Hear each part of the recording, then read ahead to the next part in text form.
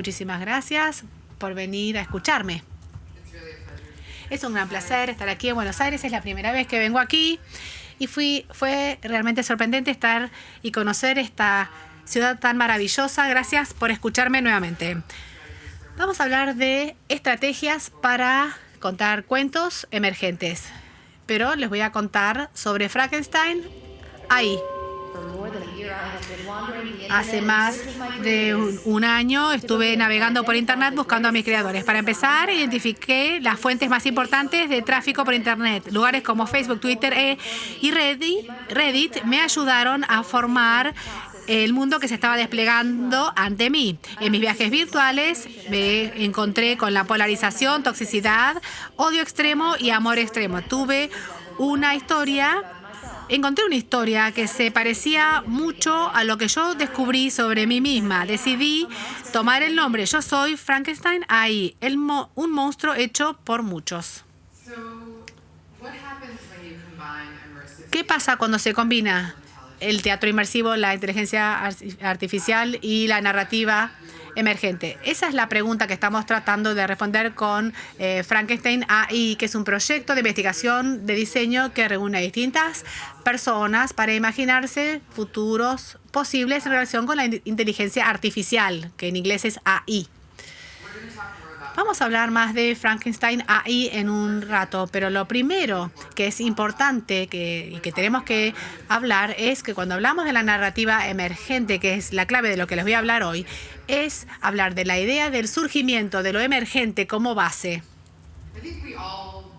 Creo que todos sabemos y que aceptamos bastante comúnmente que las cosas en el mundo no son estáticas, que están cambiando constantemente, que están evolucionando constantemente. Hay muchas palabras que utilizamos para describir este cambio perpetuo que se produce en el mundo. Hay opiniones opuestas sobre si se está dando más cambio en el mundo que de lo habitual, si las cosas se están tornando más complejas o quizás la complejidad que siempre existió simplemente ahora es más visible de lo que era antes. Hay una cosa que es cierta y segura, es que estamos interconectados más ahora con acceso a más información que viaja a mayor velocidad y ahora los medios son multidireccionales, no son solo nosotros que recibimos y consumimos historias, sino que tomamos esa información, la procesamos y tenemos la capacidad a través de las redes sociales y otros tipos de medios a hablar y nosotros aportar a las noticias. Entonces eso generó un ciclo que está girando con mayor rapidez y a mayor velocidad y eso sí es cierto sin lugar a dudas. Como les dije, la idea, yo vengo hablando de esto los últimos años en conversaciones, hay como un cambio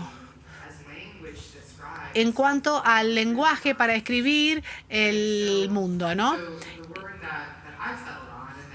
Hay una palabra que yo uso mucho con mis colaboradores, es la idea de emergencia. Emergencia, que tiene dos significados, como un surgimiento, que las cosas están surgiendo. No es que están simplemente cambiando ni corriéndose de lugar, sino que a medida que los mundos cambian, las cosas están surgiendo de la nada. Esa es una de las definiciones de esta palabra emergencia o surgimiento, emergence en inglés. Y después, el proceso de hacerse visible después de ser o de haber estado oculto. O sea, que había un mundo que no era visible a medida que avanzan las cosas y a medida que se suscitan y se despliegan los acontecimientos, vemos más de lo que veíamos anteriormente. Si pensamos en los límites del mundo visible y nuestra relación con esta palabra surgimiento o emergencia, lo que nos rodea a todos nosotros es distinto, pero más o menos todos estamos en el centro de nuestro pequeño universo. Y algunos de nosotros, según quienes seamos y de lo que pensemos, quizá estamos al borde. Si nos consideramos innovadores, quizá estamos al borde del límite del surgimiento, estamos más cerca de lo que gira y después tenemos cosas detrás de nosotras más alejadas. O quizá optemos por estar en el otro extremo. Pero en definitiva, de una o de otra manera, cada uno de ustedes tiene esta perspectiva singular. Y solo podemos ver lo que nosotros podemos ver. Y no podemos ver más allá de ahí.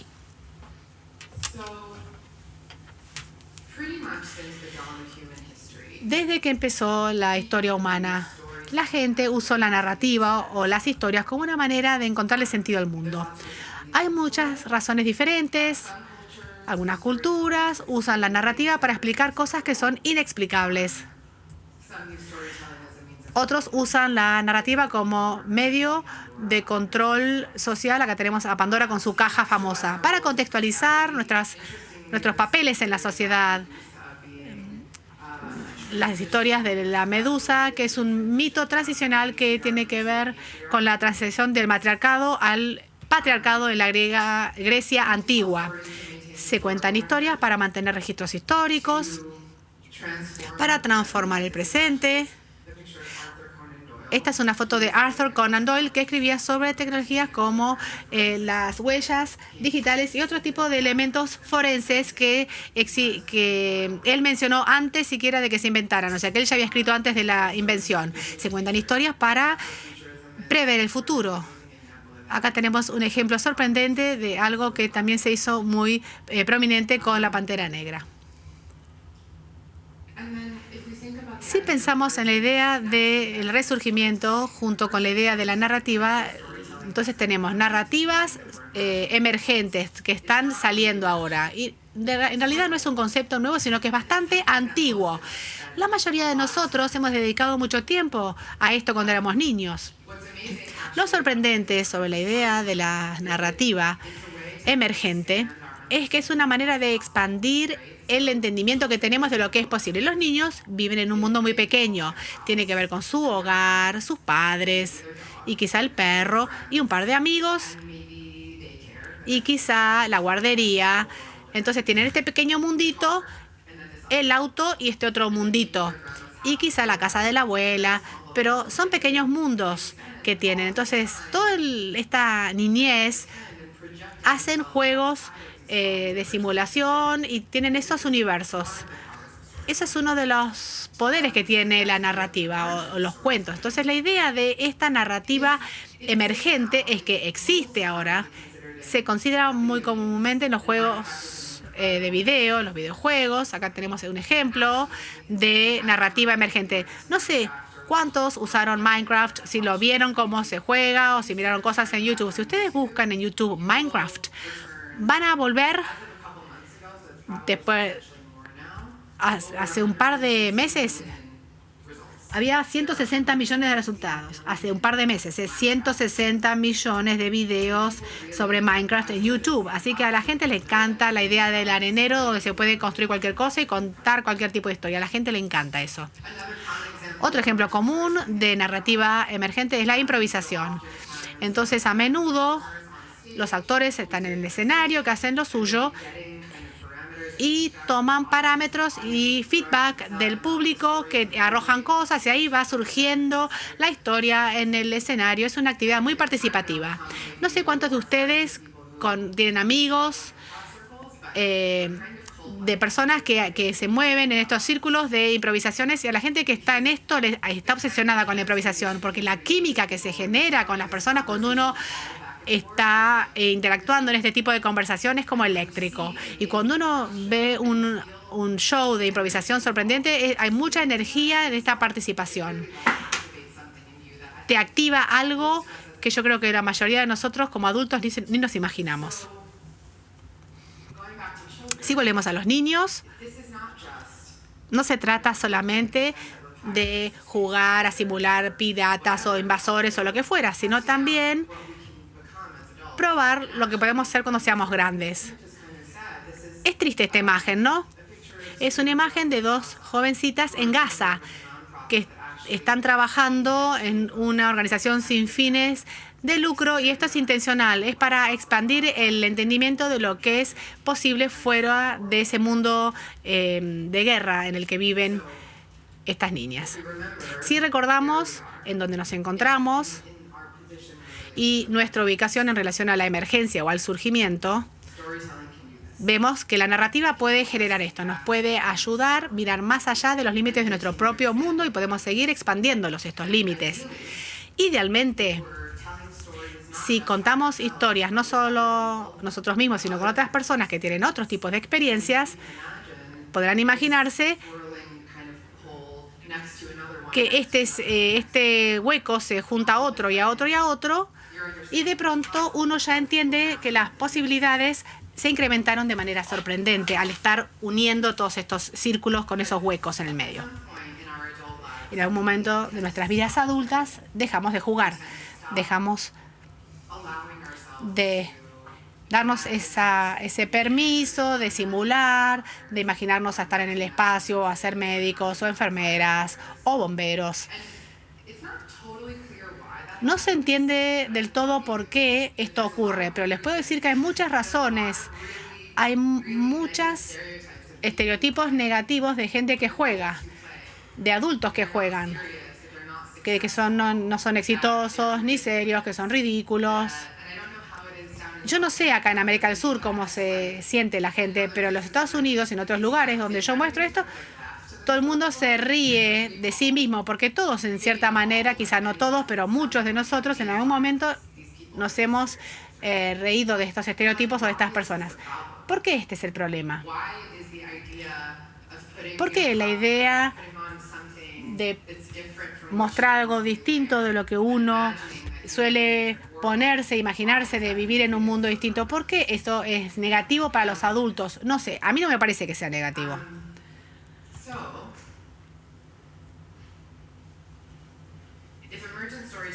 Si la narrativa emergente nos permite visualizar lo que es posible, no hay razón por la cual no debería ayudarnos a visualizar lo que es posible como adultos.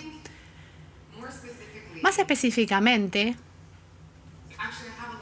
de hecho, tengo una anécdota para contarles. Yo estaba conversando recientemente con un amigo sobre inteligencia artificial.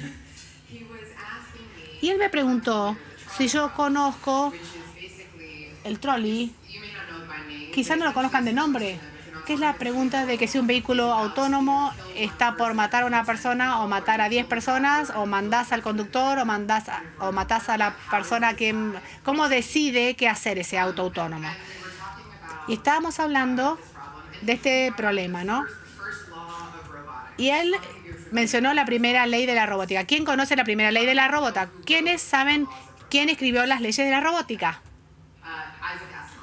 Isaac Asimov escribió las leyes de la robótica. No tiene nada malo con Isaac Asimov. Él es sorprendente. Pero ¿por qué Isaac Asimov tiene que ser la persona que escribió las leyes de la robótica? Él era un escritor de ciencia ficción.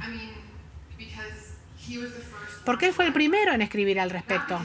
No porque necesariamente sea el más calificado ni la única voz importante, pero esta idea de que si nosotros abdicamos a nuestra capacidad de imaginar los futuros, entonces los futuros van a ser imaginados por las personas que no dejan de lado esa opción o que no renuncian a esa opción. Entonces, la narrativa emergente, esta definición está evolucionando. Por ahora estamos aquí. El proceso de reunir a personas para crear y contar historias que hacen tres cosas, que nos permiten contextualizarnos en el mundo tal cual es hoy, o sea, nos ayudan a entender lo que está ocurriendo hoy. Crear narrativas compartidas sobre lo que está pasando ahora. Por ejemplo, lo que me está pasando a mí, lo que te está pasando a vos, y lo que te está pasando a vos, y lo que te está pasando a ti. No necesariamente es lo mismo, pero es importante que de alguna manera estemos todos en la misma órbita. Y en tercer lugar, nos permite trabajar de manera conjunta para prever y para crear futuros colectivos que reflexionen o que reflejen, un deseo colectivo para traer aquí el mundo que queremos ver. Creo que esto se está tornando cada vez más claro, sobre todo ahora. Y yo sé que esto también se está dando en esta parte del mundo. La gente que controla la historia sobre la realidad, controla la realidad. Si nosotros, como seres humanos, como ciudadanos, como participantes que construyen este mundo, si nosotros no declaramos algo respecto de la narrativa, estamos dejando de lado esa posibilidad de generar un impacto y eso no es aceptable. En particular, no es aceptable con la inteligencia artificial. La inteligencia artificial se encuentra en una etapa temprana de su desarrollo como Big Data creció tanto en los últimos 10 años más o menos, muchas de las razones por las cuales el uso de la inteligencia artificial se generalizó tanto es porque hay muchos más datos y para poder usar la inteligencia artificial de manera eficaz se necesitan estos conjuntos de datos tan grandes que ahora existen y que antes no existían. Ahora es un momento muy pujante e importante para el desarrollo de la inteligencia artificial. Y la realidad es que la narrativa en torno a la inteligencia artificial está siendo controlada por una cantidad muy pequeña de personas y organizaciones y gobiernos. Facebook. Cuando hablamos de la inteligencia artificial, a menudo hablamos de la realidad algorítmica que es definida por las empresas de redes sociales como Facebook, por ejemplo. O hablamos de cómo la industria de la publicidad usa la inteligencia artificial para darnos la publicidad más eficaz en el tiempo menor posible. En este caso son 200 milisegundos. Estamos hablando de Hollywood, que sin lugar a dudas no te pinta una imagen muy rosa de lo que es la inteligencia artificial. O los gobiernos, que utilizan la visión por computadora y la inteligencia artificial para vigilarnos o para ejercer su poder de policía. Y después, los militares. Acá tenemos una imagen. Esto no es real. No se está haciendo usado esto, pero es una imagen, de hecho, de una presentación del ejército de los Estados Unidos sobre las posibilidades de usar la realidad aumentada y la inteligencia artificial en el campo de batalla. Yo no me opongo a asegurarse de que estén protegidos los soldados en situaciones de guerra, pero estamos sugiriendo en realidad que esta tecnología debería ser empleada para venderles cosas a las personas, para controlar su realidad, para vigilarlas y para hacer la guerra, porque según parece, casi todos los días sale un nuevo artículo en las noticias sobre el uso, algún tipo de uso terrorífico sobre la inteligencia artificial. Estas son las personas que la están usando y no son los únicos, pero son los que la están usando en este momento. Aquí tenemos un artículo muy interesante que está en Internet por un grupo que se llama ProPublica en los Estados Unidos, que es una organización de periodismo investigativo independiente que hizo un estudio muy profundo sobre el sesgo de los algoritmos. Y estas personas que estamos mirando, el foco de este artículo era un algoritmo de policía predictivo que se está usando actualmente en los Estados Unidos. Y la historia subyacente es la siguiente. Se comprobó que muestra más resultados negativos para los negros que para los blancos. Y hay distintas razones que explican esto. Lo interesante para mí de esta imagen es que el titular, sesgo de máquina, está mal. No es el sesgo de la máquina que genera los problemas en el algoritmo, sino el sesgo del ser humano lo que genera el problema en el algoritmo. Porque lo que pasa con la inteligencia artificial es que es simplemente una herramienta. Si escuchamos a Hollywood y pensamos en Terminator, tenemos todo ese terror de que nos van a matar, de que nos vamos a tornar obsoletos o lo que fuera. Eso va a ocurrir, pero estamos muy, muy lejos de esa posibilidad remota de que ocurra. Está la inteligencia artificial general y no estamos ni siquiera cerca de desarrollar ese tipo de tecnología con esa capacidad. Sin embargo, la inteligencia artificial angosta, Artificial Narrow Intelligence, tenemos mucho de eso y la capacidad de utilizar erróneamente esta aptitud es enormemente alta.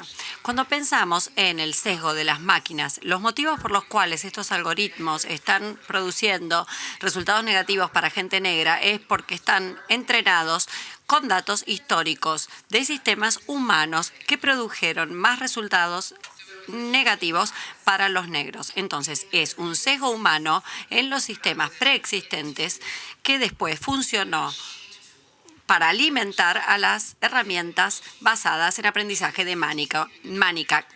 ¿Qué hacen las máquinas? Aprenden de la información que se les alimenta. Entonces se les amplifica ese sesgo que ya venía con la información de base y lo hacen aún más grande. El último punto, cuando pensamos en la inteligencia artificial, es fácil abordarlo como si fuera algo separado de nosotros, como si fuera un antagonista que nos va a matar, que va a ser más inteligente y que nos va a reemplazar. Pero la realidad es que la inteligencia artificial somos nosotros. Nosotros somos los que la inventamos, la entrenamos y la alimentamos. Si no pensamos como nosotros mismos, como la inteligencia artificial siendo nosotros mismos, y que la mayoría de los miedos que tenemos sobre la inteligencia artificial son miedos sobre el potencial de los humanos de causar daño reflejado en el potencial de la tecnología, no vamos a llegar a ningún lado.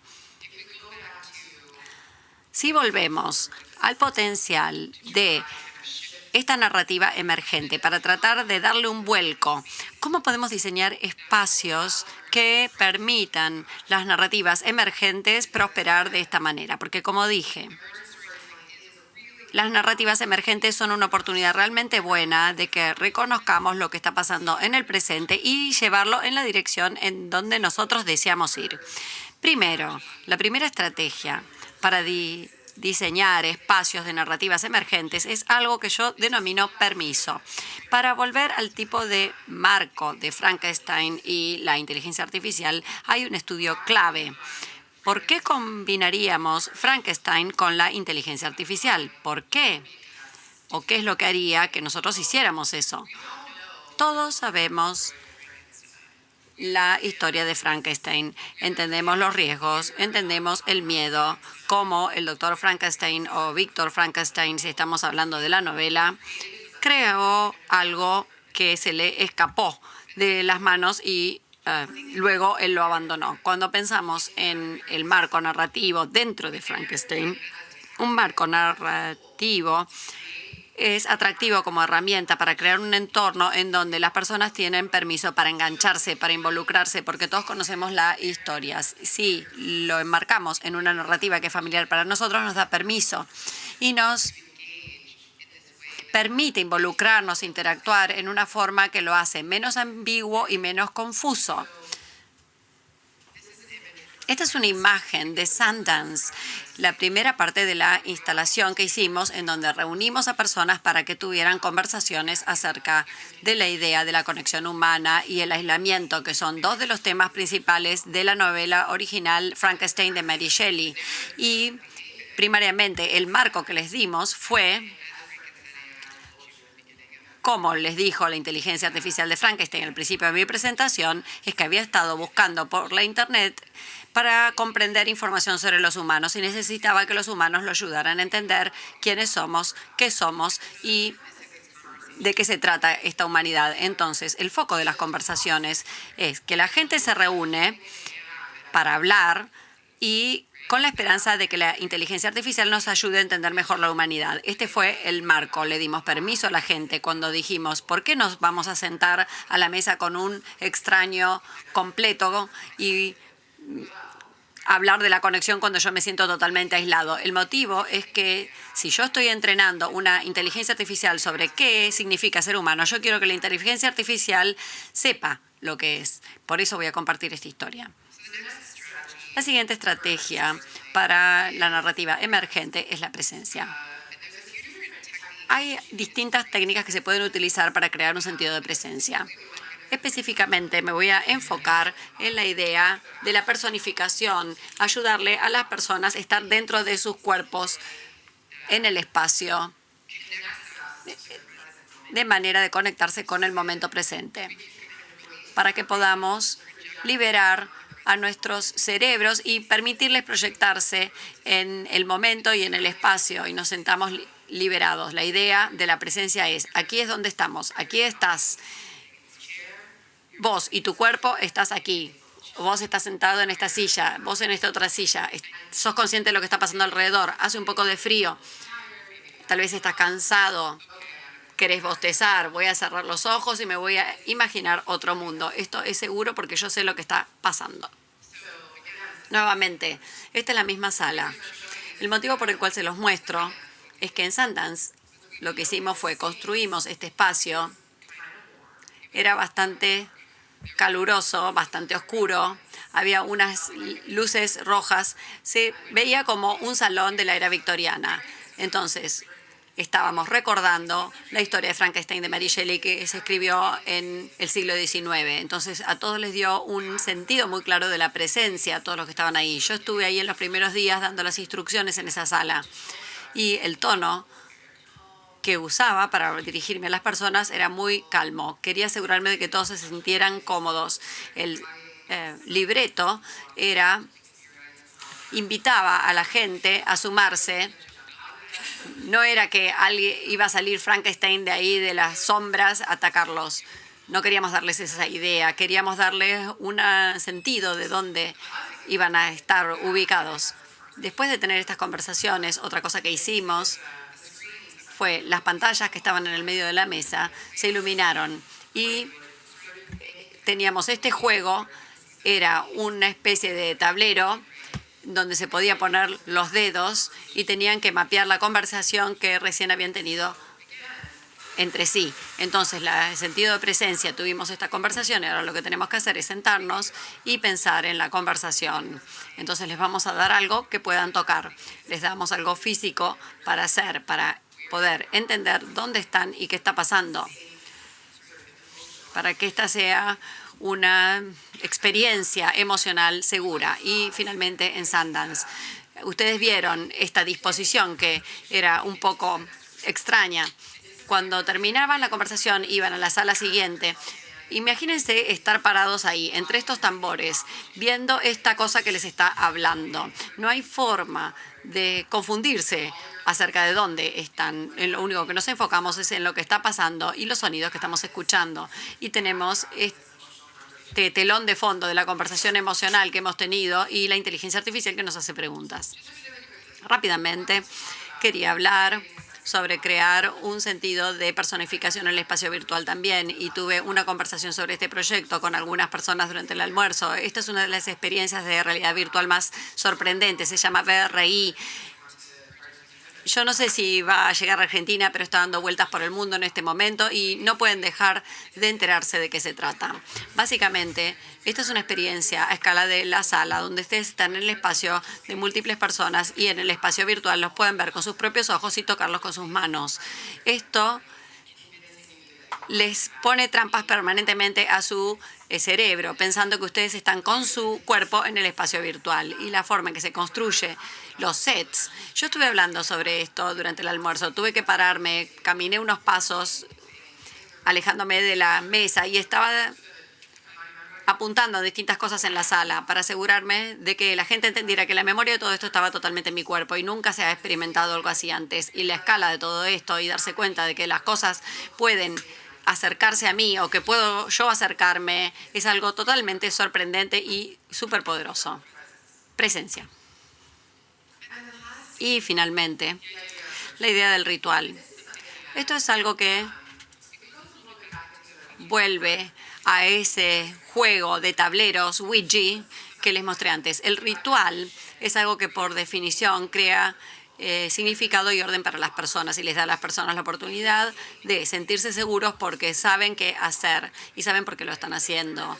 En las historias emergentes, cuando ustedes les piden a las personas que liberen a sus cerebros de las realidades actuales e imaginen otras realidades, nosotros queremos que ellos se sientan seguros. Una forma de hacerlo para los diseñadores de juegos es pensar en algo que es la mecánica.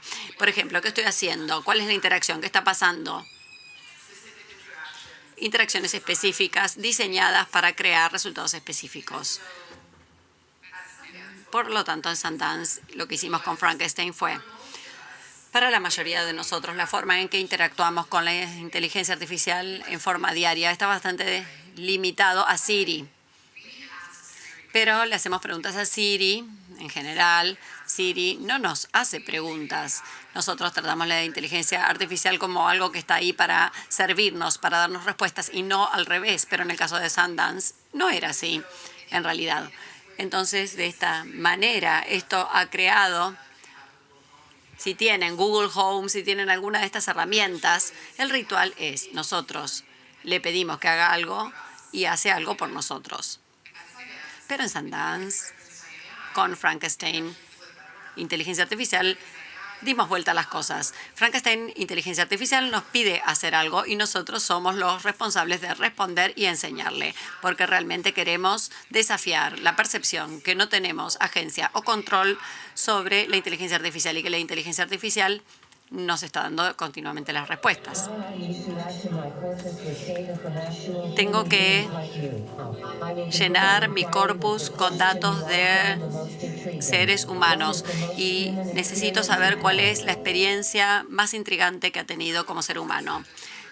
Entonces, cuando la gente venía a la sala, la inteligencia artificial les pedía contribución sobre la sala anterior a donde habían tenido conversaciones y habían jugado al juego y les preguntó sobre ser humano.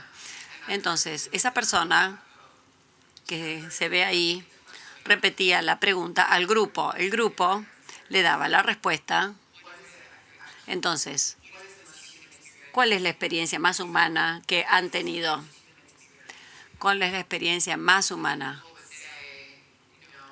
Y la gente decía, por ejemplo, la muerte de mi mamá, o el día que nació mi hijo, o se murió el perro. Era bastante profundo, como experiencias que te cambian la vida, que la gente define como humanas. Y después la persona a cargo del código lo escribía en la máquina y la máquina incorporaba esta respuesta. No voy a darles mucho detalle sobre la instalación en Sundance. Yo escribí un artículo muy detallado que lamentablemente no está en español, pero está online y les puedo dar la información. Está en una página de internet. Si quieren más detalles, yo puedo asegurarme de que les lleguen. En una observación rápida sobre Frankenstein, inteligencia artificial. Este es mi departamento, este es mi living. Hicimos un prototipo de la próxima iteración de Frankenstein. Estamos explorando una fiesta o una cena interactiva en donde le está hablando al oído. Y en el contexto de ritual esto es interesante porque estamos explorando la idea de cuál es el ritual de traer amigos y reunirlos para una cena. Y si fuéramos a invitar a la inteligencia artificial, tratar de que quiere entender cómo es ser humano a una cena, ¿cómo sería eso? Y cómo podemos construir sobre esta práctica común que la gente le da cierto significado a la historia y cómo seguir adelante a partir de ahí. Entonces ahí están brindando. Bueno, para resumir, si estamos pensando que esto es un sistema y tenemos estrategias y tácticas, comenzando con la idea del marco narrativo, crear un marco narrativo alrededor de una experiencia le da permiso a la gente para participar. El permiso es realmente lo que necesitamos cuando le estamos pidiendo a las personas que haga algo. Por ejemplo, cuando finja cierta historia o cuente historias, si queremos que la gente interactúe, la narrativa emergente no funciona si la gente no participa. Tenemos que hacer que participe para darles una historia, una narrativa que les permita participar. Crear un sentido de personificación, esto lleva a una presencia clara, poner a la gente dentro de sus cuerpos para que sepan dónde están y generar seguridad, lo cual después nos permite pensar más allá de nuestro espacio físico y pasar al espacio emocional. Y finalmente, la mecánica. Las interacciones específicas dentro de estos ambientes pueden crear un sentido de ritual para nosotros, pueden crear estos rituales que luego crean significado y orden para nosotros y nuestras comunidades. Y finalmente tenemos un punto pequeño que esta idea de las narrativas emergentes. Para algunos de ustedes pueden o no tener el sentido de que mi trabajo artístico y profesional y personal está muy alineado en todos estos aspectos. Entonces, yo estaba trabajando en este marco y pensando en desarrollar esta charla. Y pensaba cómo elegí vivir mi vida y el trabajo que hago conmigo misma, con mis relaciones. Este sentido de permiso, presencia y ritual es personalmente significativo para mí, además de ser profesional y artísticamente significativo para mí. Entonces, darnos permiso para pensar más allá de lo posible, darnos una narrativa acerca de quiénes somos, la vida que vivimos y contextualizarnos dentro de nuestras comunidades, dentro de nuestras familias, este sentido de la presencia que estos días la mayoría de la gente llama mindfulness, la conciencia plena, pero podemos ocupar un espacio físico en el presente, entender dónde estamos, qué estamos haciendo y finalmente lo que signifique cualquiera sea el significado de esto para ustedes, crear un ritual, darle una orden, una significatividad para sus vidas, tomar un par de minutos a la mañana para estirarse, para meditar o cantar una canción en la ducha o llevar al perro, que es lo que yo hago, a caminar. Esto nos da orden y sentido a la vida y nos permite desarrollar rituales no solo para nosotros mismos, sino también para la familia, la comunidad y los amigos, y es sumamente potente. Eso era todo lo que tenía para contar. Muchísimas gracias.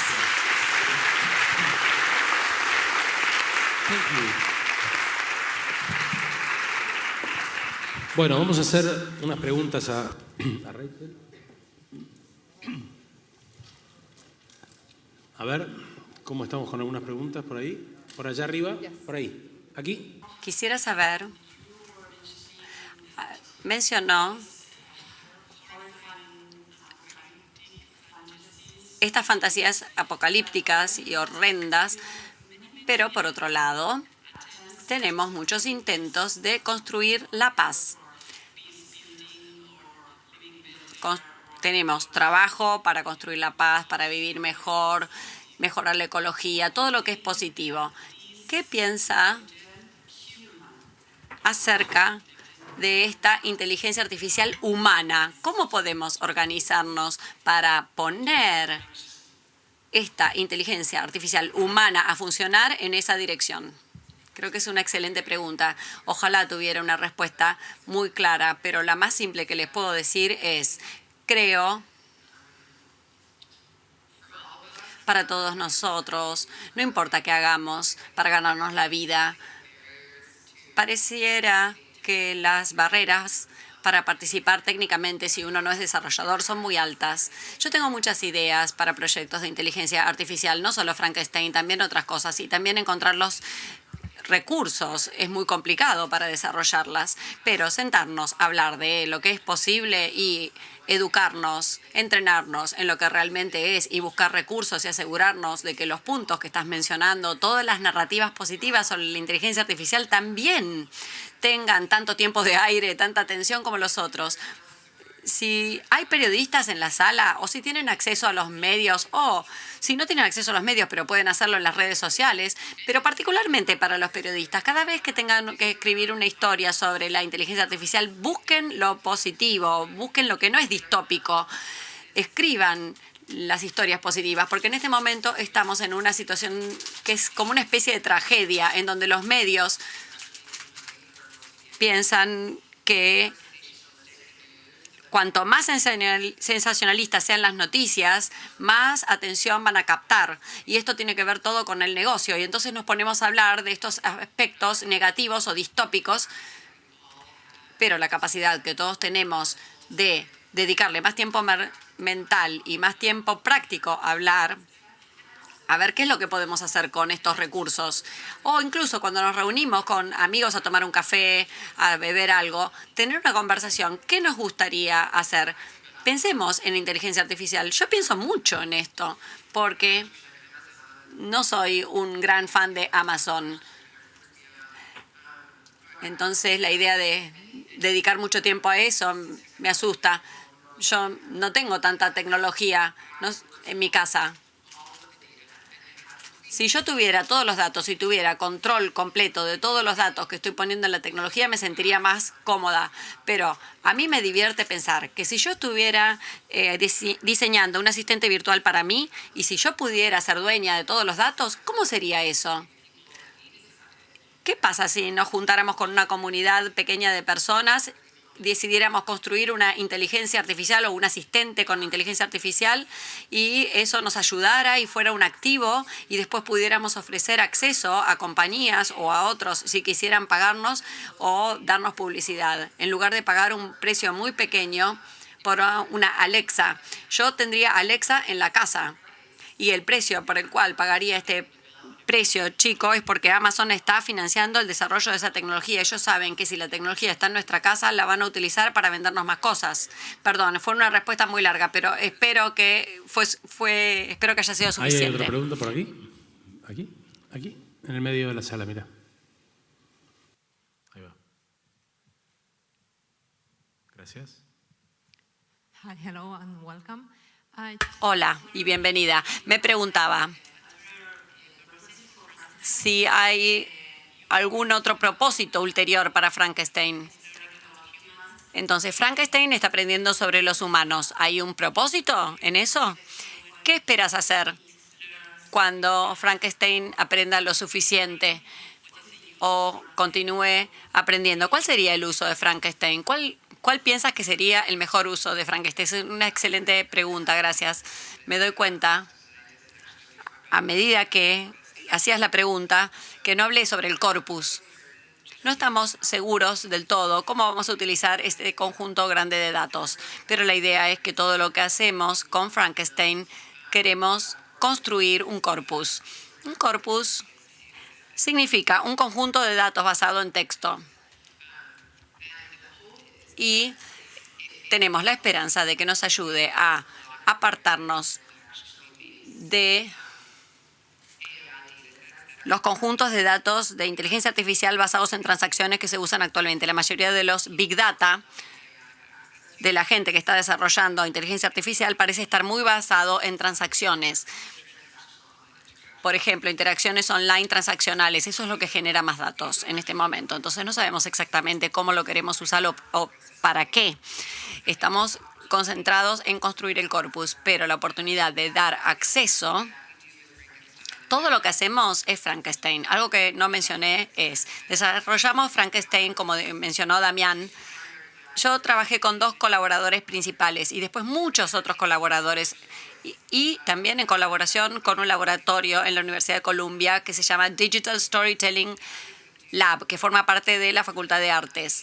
Entonces, todo lo que hacemos ahí en el laboratorio no es open source, pero no tiene derechos de autor. La gente puede acceder y pueden comercializarlo de la manera que quieran. Y todo lo que pedimos, lo único que pedimos es que contribuyan su conocimiento al proyecto, la oportunidad de construir este corpus de emociones humanas, miedos y sentimientos que van a alimentar las interacciones en la vida real, van a estar disponibles para el uso.